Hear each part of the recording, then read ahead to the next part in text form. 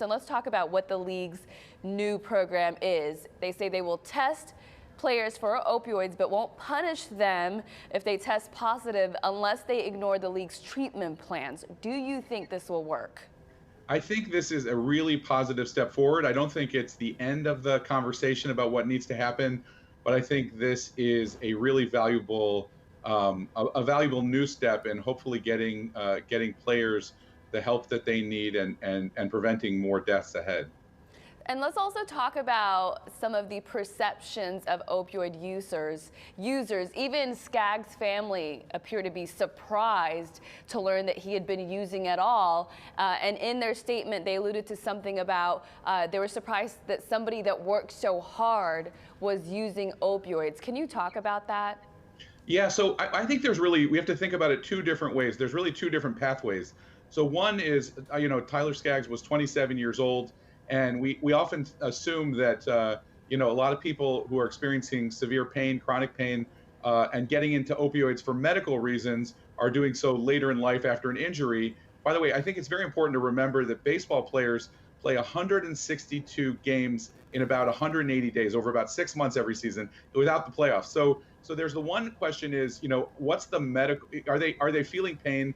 And is there a culture in which players are getting the help they need if they have a problem when they're expected to perform at a high level? The other question is we have so many people using opioids and overdosing and dying for people using it for non-medical reasons, out of stress, looking for some kind of release from the problems, emotional, psychological, social problems that they're feeling. And so none of us can know what's going on with any player, with Tyler Skaggs or any person, but the important thing is making sure that we're getting a comprehensive, non-judgmental review so that people are getting whatever help they need.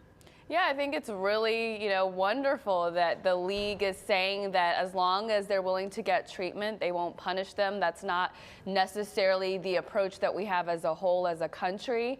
But let's talk about how pervasive this might be. I mean, based on what you're saying, everyone plays all those number of games, right? So they might all be feeling some level of pain. So do you think this goes way beyond Tyler Skaggs? Oh, I absolutely do. I think, I've known a few Major League Baseball players who, everyone's scrambling to perform at a high level and not to raise any questions.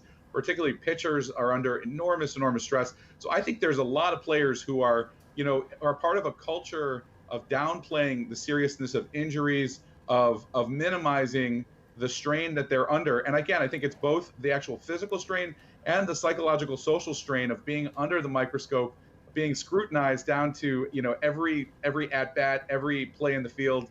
And so we've got to create an environment where there's no shame and there's just support for whatever people are dealing with. So do you think this is just a Major League Baseball thing, or do you think it's present in other sports as well? I can tell you from firsthand experience, I've personally been involved in working with UFC, with most of the major professional sports. This is an issue across football, hockey, basketball. This is really a global problem. And I give credit. It's terrible that it took a tragedy like this to force Major League Baseball to do it. But I hope that this will be a point from which we'll see action across the board in every sport.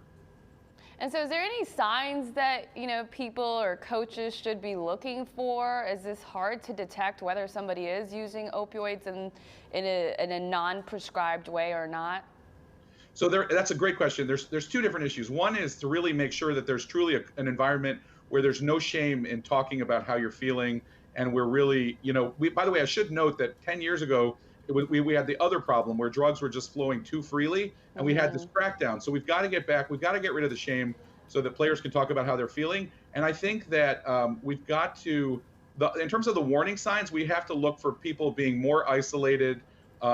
We should be looking for people need to be educated on the warning signs, which are, again, both not always medical. Sometimes it's just isolating behavior or people, having trouble keeping up with and having trouble functioning. So I think there's a lot to educate everybody on to make sure, and also to create a culture of just saying, "Are you okay?" Right?